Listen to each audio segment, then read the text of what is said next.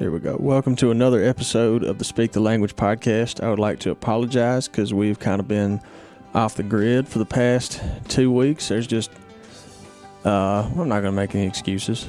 Just been a bunch going on. We've been off the grid with COVID. Yeah, but it's not an excuse. It's just, we should have been putting them out, but here we are. And, man, it's been a lot going on. I'm trying to think of what's all happened since the last time that we were on here. You and Jordan did one, I don't even, y'all were in Tennessee? Is that the last one you did? Or you No, did some after that? We've done some since then. Iowa. Yeah, that's it. We talked to Tommy about killing turkeys in the Midwest. And I wouldn't know nothing about killing turkeys in the Midwest. I didn't kill, number one, didn't have a tag, and then I hunted with Jimmy for a week and still didn't kill one. Yeah. Which, nothing against Tommy or Tommy's place. He's got plenty birds. We were just dealing with the one turkey that we probably could have shot. If you look at the footage, I know you hadn't seen it yet. He gets to about 65, 70 yards and just walks out there like it was a January day. Yeah. Just walks up, gets halfway to us, stands there like a statue, turns around and walks off. Huh. And Jimmy's like, "What was that all about?" I said, "He was just tempting you." But he wasn't feeling it. No, and the weather wasn't very good, as so was the way it was last week for us in Kansas. I think the last 2 trips we were on, goodness gracious, it was nasty. Yeah. Just like you said, that second day it rained when we were in Kansas. Like, why don't you just go ahead and rain? Just rain, that way we won't even wake up. But it's just enough mist or precipitation to make you go, you know what? Yeah. We still could go hunting. We get a little wet, but it ain't going to be too bad. Which kind of ended up, that was kind of what Kansas was like, which was our most recent trip. Yeah. Which, Kansas was, we were lucky that we even got to go because they shut down a lot of the non-resident hunting had you not already gotten tags. Yeah, and that trip we normally do Kansas and Nebraska at the same time, which Nebraska did that. And if you did have tags that you had already purchased, you had to show up there. You could hunt, but you had to stay 2 weeks. Something like that, yeah. Not that I have a problem with staying in Kansas for 2 weeks. I mean, in Nebraska for 2 weeks. I just don't have enough tags to stay there for 2 weeks. Yeah, I understand. We missed out on that one because, it cut off and we hadn't bought them yet. We were like, crap. Yeah. So, but yeah, that's definitely the most recent thing that's been going on. We rode up there, our buddies Cody Cuck and Jordan Schwartz, or Jordy as we call him, up there at Heartland Pride Outfitters. Always a good time. It was, and it was neat to go back and see some of the places we saw last year, and where you killed your turkey, where I killed mine, and to know that those guys just like us have been having a tough year. Yeah, he lost 90% of his Nebraska hunters, and probably 40% of those came to Kansas. Yeah, and he was trying to accommodate to everybody. That's just the way Cody and Jordan are. They trying to keep everybody happy and enjoying turkey season. And by the time we got down there, it was the weather hurt us more than anything. Yeah. I mean, it was like December. Well, cold and wet. I guess one of the main things we could talk about in this podcast, in which we talked about it before, is there's still like that stipulation, because obviously we produce a television show, is like some people think that wherever we go, we just yelp and cut a few times, turkey gobbles, he runs in and we shoot him. No. I wish that was the case. No. We were talking, Slade and I were talking about that this morning. We were standing in the back room looking at all them old tapes sitting up there from, raw footage, and just thinking about how many times you go, and I know we've talked about this on Waterfowl. Brad and I came up with this many years ago. For every 10 hunts you go, every 7 hunts you go on, you get one real good one, video-wise. And we always, it's sad to say it, but the way we always talk and the way we always kind of scale things up is it's all about video. And video on a turkey is so much more different than just hunting and killing a turkey. Because you and I both know I'm the first one to want to put mud in my pockets and crawl up on one and kill it if I can. Yeah. That's hunting. I mean, yeah. And grew up doing that way before the video camera. And then when you put the video camera in on it, and then another guy, and then another guy, and then you get somebody like me that's anal about it being perfect all the time when it comes to video. And I tend to let more turkeys live than I do die. But right. But when it does all come together, it's sweet. Yeah. And when you know in your mind, you're sitting there going, that right there was awesome. And people are going to enjoy seeing that. So. I think so. Yeah. So yeah, I mean, it's like multiple different factors. I think one factor that is like I said, we'll get to the weather, but like at that point in the season, quite frankly, all of us are tired. Wore out. We're halfway getting. I'll be the first one to say I was not the most pleasant person to be around last week. I don't think any of us were. The first thing is it's a 13-and-a-half-hour drive from here. So you make that drive and you get there. You leave as early as you can. You get there as early as you can. You hope to go roost some turkeys, which we went and took a ride and didn't roost anything, but we kind of knew where we wanted to be. And, right. And then you wake up the next morning and it's raining. Yeah. And not like raining, but just enough raining to frustrate you. Enough. Like that misting, just kind of spitting rain. Just the perfect food plot rain is what that is, if you want to really put it in perspective. And my first thought was, I'm hoping somebody in this group says we're not going this morning, but it ain't going to be me. Yeah. Yeah, maybe I think we all were saying that. But, and it just is part of it, You're dealing with people that we're around all the time, and I've always been just brutally honest on this podcast, and everyone's got different stuff going on, different things stressing them out, and like Jordan was like, "You're being a grump." I was like, "I'm sorry, I apologize. Pull back." Yeah, and especially because like that first morning, we got on some turkeys, and then that single turkey that we ended up dealing with several days that week, Juan. I thought he was going to get shot that first morning. All he had to do was look over that hill. And one time, Jordan said he saw him. Jordan said he said, I think I see the top of his head, but like he didn't peek up over a hill enough. Like Jordan was like, pretty sure that was him. And then he said he could see the top of his fan. He's just right over a rise. And then he went way left and topped up like 200 yards away where he could see down where we were, and then turned around and walked off. And he did that number like 4 times. He sure did. And that just frustrated me, quite frankly. And I was like, ugh. And you got to sit back now that it's all over. Sit back and look at the whole situation, the scenario there. There was 3 other gobblers there that were kind of ruling that area. And that first turkey, when we got there that morning, we heard that turkey gobble off by itself versus the other turkeys that we wound up walking under. Right. And to hear him by himself and then fly down and watch him walk off with that, chicken walk, I call it, just head moving as fast as he could go.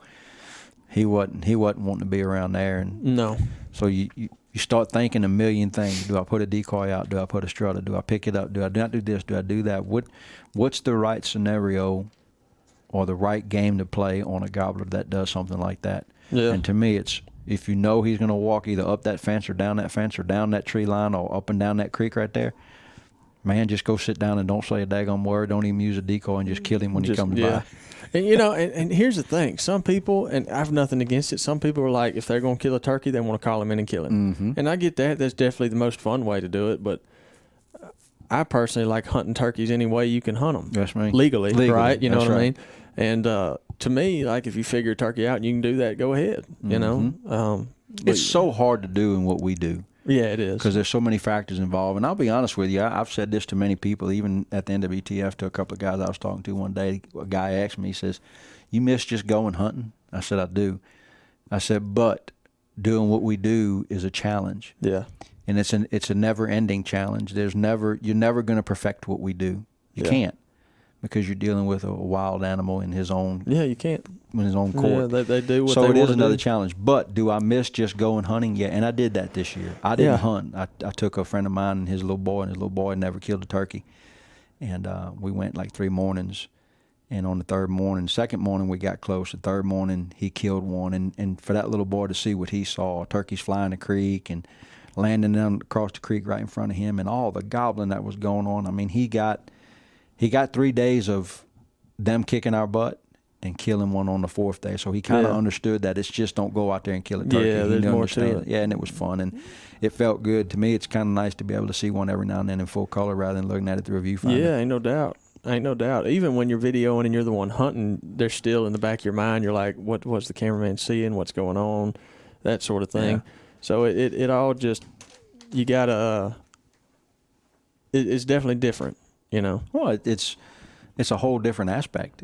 And when you start bringing all that equipment involved in it, especially nowadays, I can remember back in the day when we just had one camera and a microphone. That was it. Yeah. Good Lord. Now we got tripods and chairs. And like Wilbur said the other day on our hunt, he says, "What is up with all this?" He said, I got a chair, 2 decoys, 50 calls in my pocket. You got 2, 3 cameras. Why can't we just go turkey hunting? Yeah. Like, it ain't that anymore. Can't do that anymore. It's different. It is different. It's different. And I wonder, outside of what we do for the people that are out there just turkey hunting, how much, or what do you find? Where's the, you got these guys that claim to be the next greatest since whoever, and what do you do different, or what is the next challenge in killing a turkey or hunting a turkey? And every turkey's huntable. I'm going to say not every turkey's killable. Yeah. Unless you got a rifle. Yeah. Or a grenade. Yeah. And there's those turkeys, to me, it's the ones that, number one, that get names. Yeah. And the ones that make you lose sleep over, or the ones that you hunt till the end of the season and you think you got them all figured out, and then you just got to wait till next year and hope you get to hunt that same turkey again. And you try to do something different, but you wind up going back next year doing the same exact thing you did the year before. Yeah, I remember it's kind of like I got to laughing one time because Brad was talking about, when they're traveling around to different places. He goes, the last thing I want to hear when I show up to a new place to hunt is they go, we're going to try to get you to kill old Fred. Yeah. They named the turkey. And Brad's like, I don't know. No. Give me a turkey. Ain't got a name. I don't know what to do. I'll give him my own name. I don't want the ones you already named. I don't want nothing to do with old Fred. Old Fred can stay doing whatever he's doing. It's definitely been a challenging season this year. Yeah, it has. With everything going on for us, especially the travel side of it. I mean, we canceled like 4 trips: Oklahoma, Kentucky, Tennessee, Georgia. Yeah. We were blessed to go to Florida early in the season, me, you, and Jordan, and it was funny because when we were coming home, if you remember, we were listening to the radio, and we didn't have TV while we were there, so we really wasn't up to date on anything with the virus at the time, just a little bit. And we were coming through Orlando, coming back home, and they were talking about closing Disney World, and that's when all 3 of us were like, dang, this is pretty serious. Yeah. They're fixing to close Disney World. Right, yeah. And then I think you or Jordan, somebody got a phone call from somebody here at the office, said they were going to start sending people home and working in shifts and different things. And we were like, what in the world? And then now look where we're at. That's strange, man. And it's good. Honestly, I think it's good to talk about, especially on this, because this podcast is for brutal honesty. It's for transparency, and it's for just, I think sometimes, and I look at it how I was when I was a kid watching Primos or watching anything on Outdoor Channel. Mm-hmm. You see like that short snippet, that 22-minute show, or now you see that YouTube video, and that's all you see of what's going on with that company. And so you see them hunting, and it just looks like everything's hunky-dory all the time. Everything's happy, no issues. And, brother, that ain't the case. No. It's not. I wish it was. Golly, I wish it was. You got issues when you leave home. You got issues when you come back home. You got issues at home. You got issues at the office. You got family issues. We're human. Yeah. And we have things going on in our lives that, like you said in your post the other day, when you're turkey hunting, there's that moment when all that goes away. I get that in turkeys. I get that in elk. I get that in deer. Yeah. There's that moment when all that worry just goes away, and I think about people that don't do what we do, to have that little escape for that moment in time, because that's what we're preparing for, just a moment. Oh, 100%. And it's the same thing. It's the same thing we're preparing for as you and I, and we were just talking a little while ago about being Christians, and you're preparing for that moment. Yeah. And whether it's a moment that God puts a person in front of you to talk to and witness to, or be a good witness to, or a moment of whoever and whatever. And I think about people that don't hunt, and where do they get that moment? I don't know. I hope they find it somewhere. Well, there's some people that there's people that turn to alcohol, drugs, and all the other things that you could get addicted to that kind of ease the pain of life and takes it away takes it all away for just a little bit. And I'm so thankful that I've had a dad that introduced me to duck hunting, and then other people in my life that took me along and introduced me further on, and then when the turkey hunting bug hit me, it was, oh my gosh, if you could put that stuff in a little plastic bottle and intravenously put it in my arm, I was going to sell it to somebody. Yeah, and that's kind of why I made that post. Mm-hmm. And that was why, because I think a lot. Some people that might sound funny because they're like, hey, that guy thinks a lot. Well, but you when you can share your thoughts and your feelings and they're true, because you're not the only one that thinks that. Yeah. Well, because like I said, some people just don't know how to put it in words. We're all real people, and like I said, there's stuff going on without going through, not going into too much detail. I got some stuff going on right now that's got me. Yeah, heck, we've been sitting here talking for the last hour and a half about life. Yeah, and there's worry, there's uncertainty, there's just stuff that it ain't all hunky dory. No, and I think that's why part of why I was getting so frustrated in Kansas, because I knew, we were trying so hard to kill a turkey, and I knew when that happened, I would get that little escape. And it wasn't there. And you don't know, like I said, when that's happening, it all depends on how the turkey acts. You don't know when you know what I'm talking about. There's that moment where you're like, this turkey's coming. And what you're saying, and what you're trying to say is the frustration that you had and you were hoping to get rid of to be able to go turkey hunting, the frustration of the turkeys not doing right or being able to get on turkeys that we could work right was just adding to the total frustration. Because when it's happening, you know the turkey's coming. It could take 5 minutes. It could take 30 seconds. But for whatever that little time that you got, everything's X'd out. Boy, on that Kansas trip, it was short, too, the turkeys that we killed. But let me tell you something.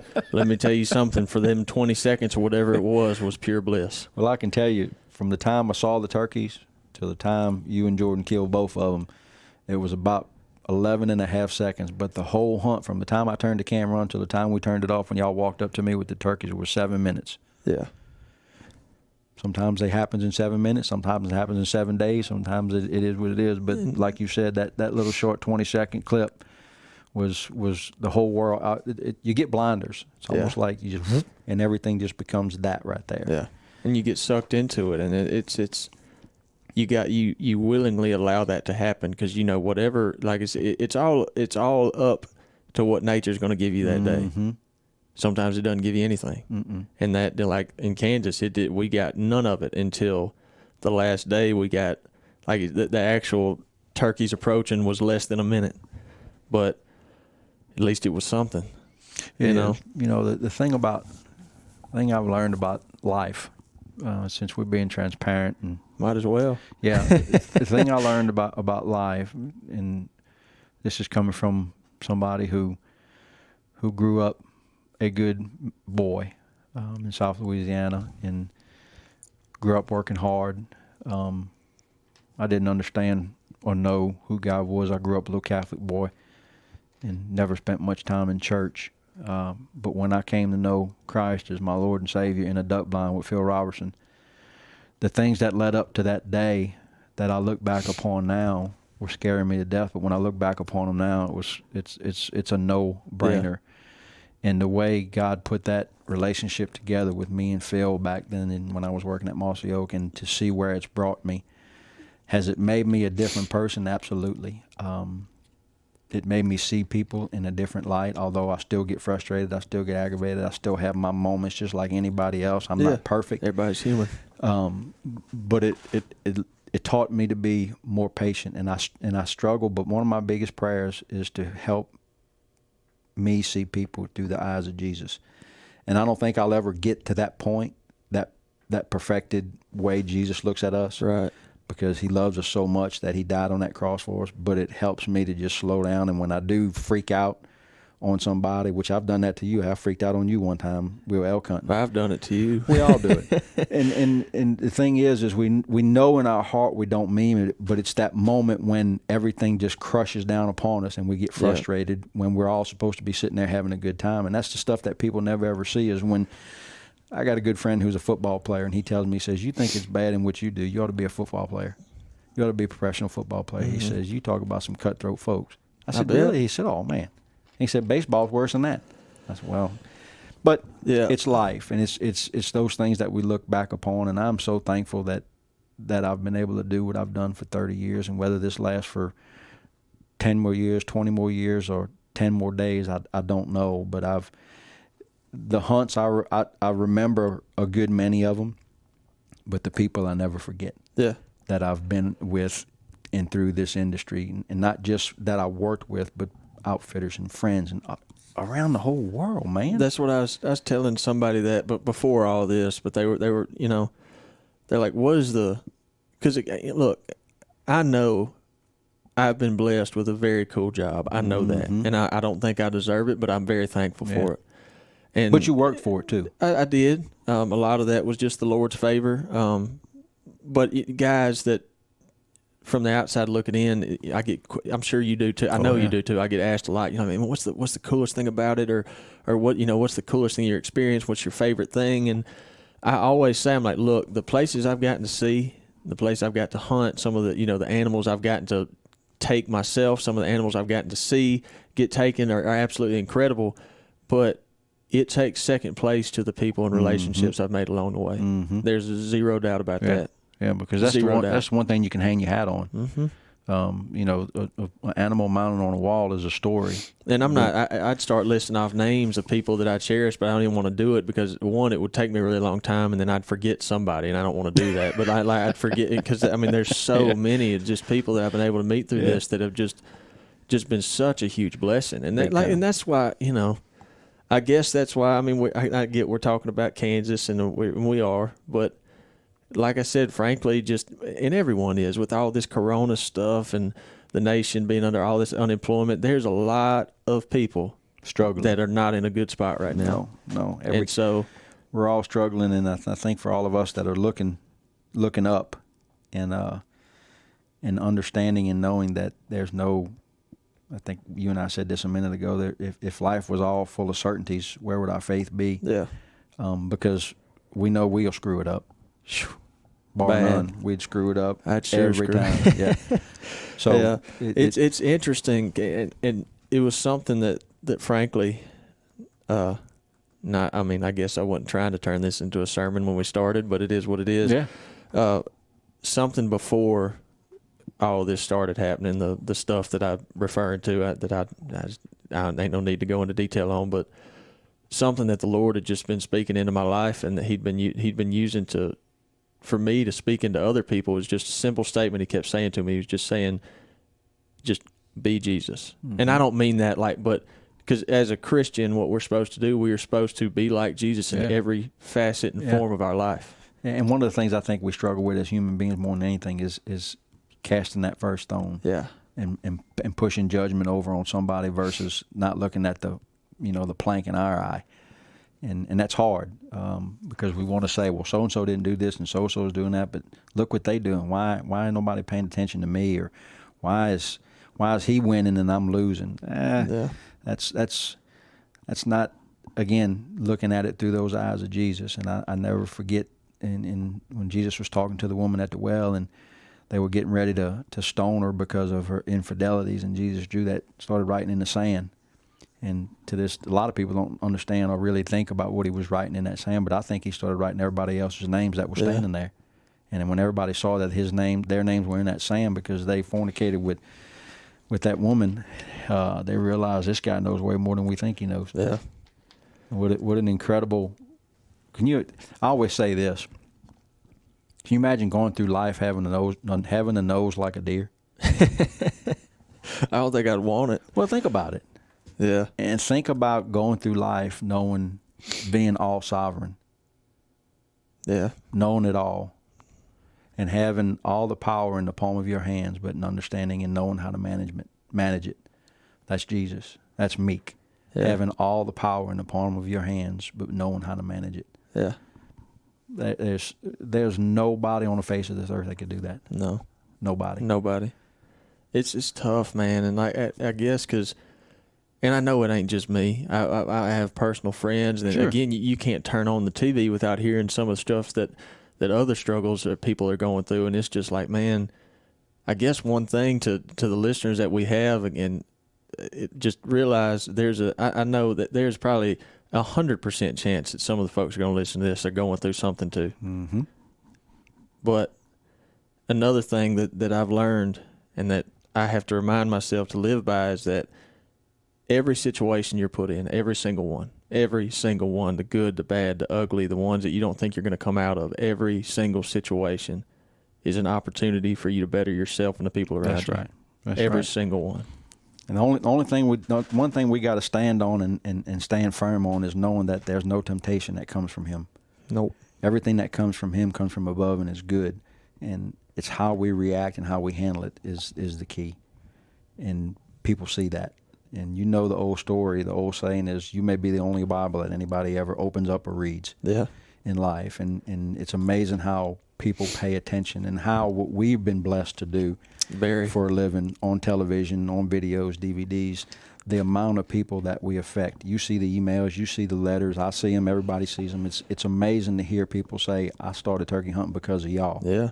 I started doing this because of you. Or I heard this podcast and it helped me get through a bad time.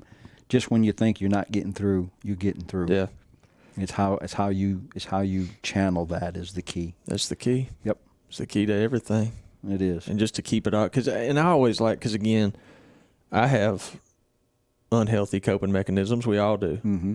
And that's typically that I've found that's what people run to when things start going bad. And then one thing, and I don't always do it. I'm far from perfect, but one thing that I didn't come up with this. Somebody said it to me. But in the mindset of you always supposed to be a picture of your faith and a picture of what Jesus is supposed to be, they're like, what if somebody sees you when you're going through this hard time and you're not reacting to it the right way? Mm-hmm. What if someone, and granted, you're like, well, that's when I was in a low moment. Yeah, but still. Mm-hmm. You're supposed to. They look at you and go, so you believe in this thing that you can't see? Yeah. And it's not working for you, is it? Yeah. And that's what they see. And then again, you have the people that see you go through those situations that don't see God, or don't know God, should I say, and they have no idea, even if you are going through it Christ-like, they don't get it. And that's our opportunity to be able to share with them and tell them what it is and why we handled that situation in that way. I think about my friend Carter Muscagni a lot, mm-hmm. and I hope he doesn't mind me talking about him on this podcast. I don't think he will, but what all he went through this past December, mm-hmm. And just watching him, like the crap I got going on right now, ain't that. It ain't what he was walking through. Actually, he couldn't even walk through it. Yeah, to be honest with you. Yeah, because and then just to watch how he responded to all of it. Mm-hmm. And I've said it before. That was a huge example for me, because I was like, look what he's facing right now, and look how he's dealing with it. Yeah, and it changed him too. Yeah, it really changed his outlook on a lot of things, and made him, nobody ever wants to. We all going to lose somebody, but to have what happened to him in the two incidences, losing a wife and then breaking a pelvis and all that falling down upon you, and then having to raise your kids. But the one thing he did have around him was good, solid people. And good, solid faith. That walked with him through this. And he put his trust in the Lord first to bring those people to him. And God put all those people around him to help him do what he needed to do. Yeah. And he had the right people that kept him accountable too. Even when he started those pity parties, they led into him. Yeah. And that's hard to do. It is. Lord knows I like a pity party. I can do it too. Again, me in Kansas last week. I was trying to keep it all to myself, but I was moping around. But, you ate a little more chocolate cake than I thought you would. I figured that's just you was trying to soak it. I was trying to bulk up. Bulking season. I didn't know who was eating more, me or you. Between me, you, and Jordan, it didn't last very long. No, it did not. No, it didn't. That's the other thing I love about what I've done for a living is all the people I've met and all the food I've gotten to eat. It's been a fun season. Interesting season. This season's been a lot of things. It started in September. It did. And, it really did. It did. When you put it that way, it really did. And this is kind of, you know what? I know this is kind of like a wrap up to turkey season, but it's almost pretty much a wrap up of our whole hunting season, because we really don't start hunting again until next elk. And we got a lot of stuff to talk about too, from the dealings that are going on at Cottonmouth to who knows what with what's going on with the COVID. I got a phone call last night from a very dear friend of mine 50 miles from us here. Hey man, I got the virus. I'm like, what? And talking to him, he was laughing. Yeah. I said, well, what were your symptoms? He said, man, I was cooking the other night and I was making a salad. And he said, I could not smell the Italian dressing. He said, I put it on my, he said, I told my wife, he said, this Italian dressing's bad. It ain't got no smell. She said, what do you mean? She smelled it. She said, it smells like Italian dressing. He put the steaks on the grill. He said, I stood in front of the grill and I could not smell the grill. Oof. And he said, then I tried to taste my steak and I couldn't taste it. And he said, that's when I called the hospital and told him I was coming, and which, over there where he lives in Forest, he knew everybody at the hospital, and he drove over there. They were waiting on him, and they had the Q-tips, and they did all the stuff. And I talked to him last night. I said, man, how you feeling? He said, I'm fine. He said, I really just want to go to work. He said, but I can't. Because he got the Rona. Yeah. So, the Rona. And then there's, you hear about all the people that are struggling with it, and it's such an uncertain disease, virus it's affecting so many people in so many different ways, and we don't know. It's an uncertain disease in an uncertain world. It's like you don't really know. A lot of folks, like, they don't know what to turn to for good information. Should I listen to this news network or this news network or this Facebook article, or what my buddy in high school that I haven't seen in 10 years, he says this corona's nothing to worry about. You know what I mean? What's he know? Yeah. Yeah, and then you start asking doctors, and they don't know. Yeah. They just know how to treat it the best way they can. And I do know this. I know I didn't, and I don't think you did or Jordan did, 4.5 days or however long we was in Kansas. We did not watch the news one time. Didn't even listen to it on the radio. And when I got home, it was almost like I couldn't wait to sit down and see what was really going on out there in the world, and nothing's changed. No. There's more numbers and more people have it, but if we revel on the numbers, we'll stay depressed. Because I look at people like my friend I talked to last night, who's fine in all of a sense, but he tested positive. And then the other day, my father-in-law, who's in a, bless his heart, that's just like you going through a bunch of stuff. I'm going through stuff with family as well. Monday he tested positive. Tuesday he's in an assisted facility living area down home in Louisiana. Wednesday he tested positive. Thursday negative. Friday negative. They were going to let him go to the rehab unit where he needs to be for his hip. Right. They tested him Monday. Before he left, he tested positive. And I said, how do you do that? How is the test not? I don't know. That's a whole nother podcast, I think, in this world we live in. And he's fine. Yeah. He's 82 years old. Nobody knows, man. I don't know, man. So, and it goes to what I said, like, what do you, and when I say you, I mean collectively, like you, the people that are listening to me, what do you fall back on when there's that much certainty? Yeah, what do you go to? What's your scapegoat? Go turkey hunting. Now, that's what I told, what's his name, my buddy of mine on the phone last night. I said, you ain't got the corona. You just sick because turkey season closed. Yeah. Like, what do you do? Like, what do you do? Do you go turkey hunting and just hoping that you'll have that minutes or a couple seconds of bliss? What do you run to? Are you running to where you're supposed to run to? That's the next question, I try to. I always search Scripture, and sometimes the search leads to nothing, and I tend to give up. And I don't think I know. That's when God says you need to dig a little deeper. Yeah. And sometimes it's not even in Scripture. Sometimes it's in people. I've been there too. I'm glad you said that, because I thought I was the only one that done that. Sometimes I go to reading the Bible, I'm like, I can't find anything. And you're just looking at a blank page is what you're feeling like. And that's when God says, sometimes I've had this happen to me. Shut the book, and He reveals Himself through a circumstance or another person or an incident.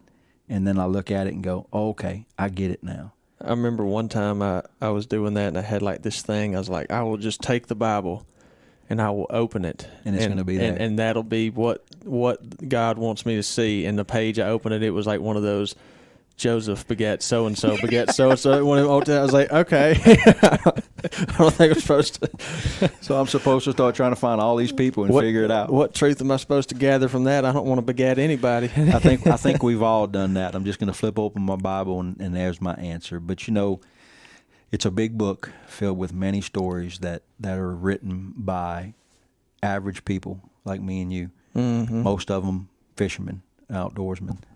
And I always look at the top of it where it says Bible, and I look at that and I go, biblical instruction before leaving earth.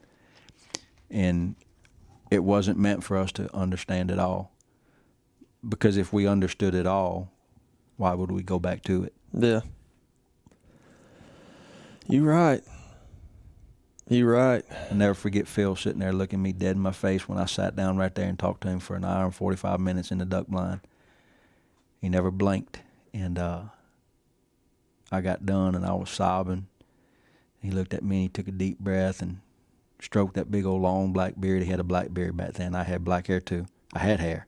This was in 1999. And he looked at me and he said, Ruiz, he said, this is serious business, son. I said, what are you talking about? He said, we're talking about a dead man. I said, a dead man? He said, mm-hmm. I said, what dead man? He said, you.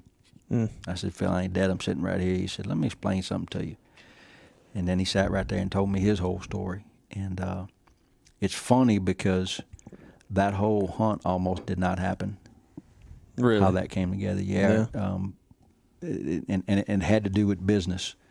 And Phil wanted to do it a little bit different. And at that time, we all had videos at Walmart at the time, and he was worried about us selling a little bit more than him. And I was not concerned with that, but I understood where he was coming from. But to look at how God put that whole thing together, and how it put us right there where we needed to be in North Texas on a duck hunt, divine intervention of a meeting right there. I was focused on killing ducks, and 3 days prior to that, I had some things going on in my life that were blowing my mind, and I was like, I didn't know what it was. And man, now that I look back on it, I was like, gosh, it's amazing how God does that. It's just absolutely amazing. And then when you see it happen like that, and you start seeing it happen to other people, and you can't wait, they can't wait to share that story. It's kind of like that big deer hunting story.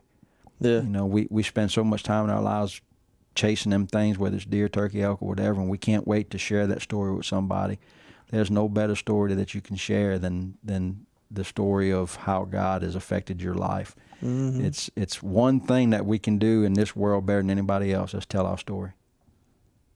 Better than anybody in this world. Yeah. Because you could sit right here and tell me yours, and 5 minutes from now, I'll go try to tell it to somebody, I'd have it so jacked up. Lake did what? Lake did what? Hang on, back up. Well, it's been a long season, and hunting season is just like life. It's got its seasons.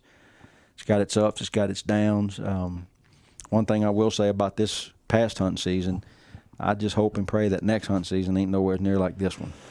I'd be okay with that. It was a lot of work, a lot of disappointments.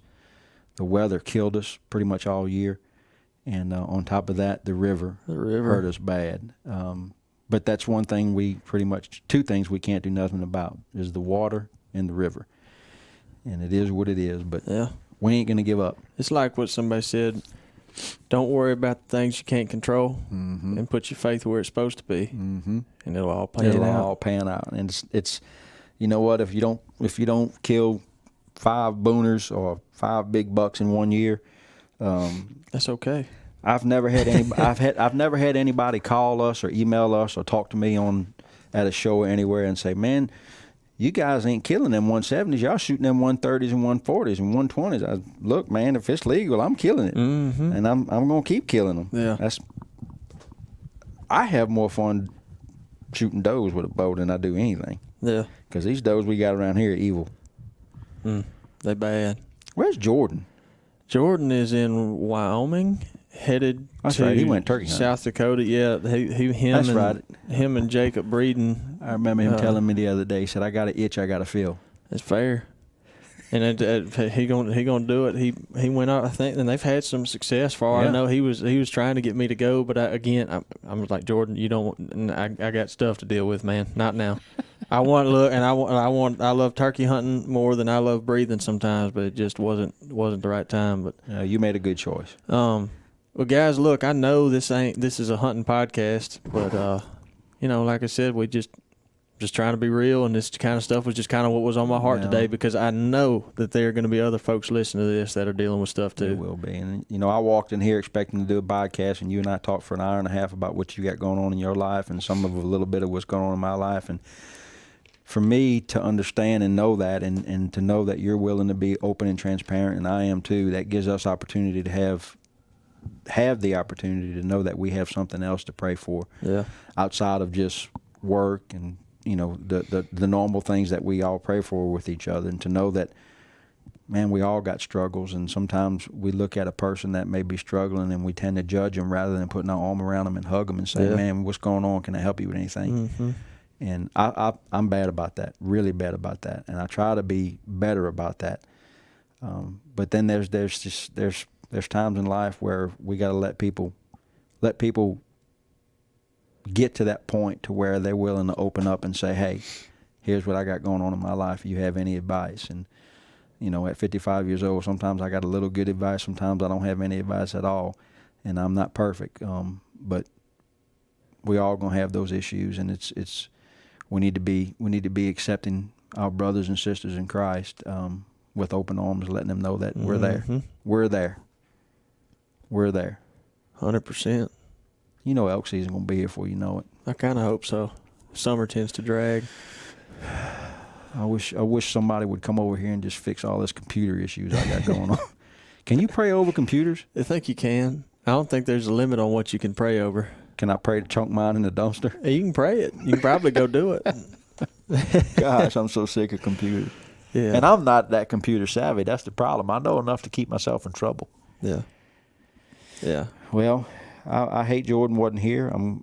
I just got a text when we sat down here of a turkey he killed in Wyoming, so I know he's having a good time. Yeah, I was about to say Jordan doesn't hate that he's not here. No. No, but at least we'll be able to hear two more good hunting stories. And he's not done. Isn't he going to South Dakota? No, I think he's going to South Dakota, yeah. Cool. Yeah. Well, by the time he gets back, his baby girl will be walking. Yeah, might be. I think I don't know what else I could add to this one. I planned to touch on this kind of stuff some, but I didn't know it was going to take the whole podcast. But I'm fine with that.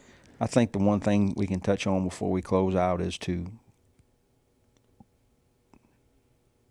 be sensitive in this world we live in today. Be sensitive. First of all, as Christians, be sensitive to the Holy Spirit and what God has in store for you in your life, and what He wants you and where He wants you to be, and how He wants to use you where you are. When you think you're at the lowest point in your life, God's got you there for a reason, unless you made a terrible, terrible choice to get yourself there. And then you pray to God to get you out. But I think we all need to be sensitive to those around us in this time of need, which is all the time for as I'm concerned. And to be willing to let others know. Because, how many times somebody call you and tell you, man, I got this going on. Yeah, I'm going to pray for you. Do we really pray for them? Yeah, good point. Me personally, if I'm going to tell somebody I'm going to pray for them, I'm probably going to pray for them right there before I either get off the phone or I walk away from them. Mm-hmm. Just like you and I are going to do when we get off this podcast. Right. But it's our one main communication, and it's the one great thing about Jesus is we've got that open connection to Him. There's no middleman. It's straight to Him. Yeah. And we don't have to, if we don't want to tell nobody what's going on, we just tell it straight to Him. But there's going to come a point in time where the overwhelming feeling of knowing when God does something for you in your life, He expects us to tell somebody about what He did for us. That's the key. That's the thing. I would be sensitive, definitely, and I would add to that, just be real. Mm-hmm. Because, like I told you before we came in here and talked and kind of hashed through everything, I said, I made the statement, I said, I'm going to try my best to be chipper on this podcast. I was like, that was my plan. I was like, I'm going to put these headphones on, we're going to record, we're going to talk about straight turkey hunting, and I'm going to act like I'm happy as a clam and ain't nothing going on. Then I said, no. Can't do it. Ain't no sense in that. No. And you know what? I don't know how many people are going to listen to this thing, but there's going to be people going, dang, them boys are struggling too. And we are. Yeah. It's life. It's just, the old saying is, when life gives you lemons, you make a little lemonade. And man, we've been making a lot of lemonade. I know that. But that's okay. It is. We've learned a lot, and it makes us stronger. It makes us better, and it puts our faith out there where it needs to be, right in front of us. And we just need to keep walking and grabbing and going. Yeah. That's the way I do it. It's a struggle, but I try. I try my best. Same. And then Slade just walked in here and brought a whole bag of Crystal hamburgers. Bless his soul. Yeah, you got to watch Slade, though. He'll put, like, hot sauce in them or something. You never know. Well, if we're going to dive into those, we can sign off of this thing. So, guys, I hope y'all enjoyed this podcast. I know this was probably the most the most different one we've ever done. But, again, I'm okay with it because when we started this podcast, I said we're going to be real because that's what, again, was Primo. The show we have is called The Truth. We're going to be real. And this one was as real as I could be and as T-Roy could be. And I thank y'all for listening. And that's going to be it. Thank y'all for listening to the Speak the Language podcast for another week. And we'll see y'all back here next time. We can talk about next week. Fishing? I don't know. We'll have to figure it out. We will figure it out. Surely there's a fish biting somewhere. We'll see y'all next week.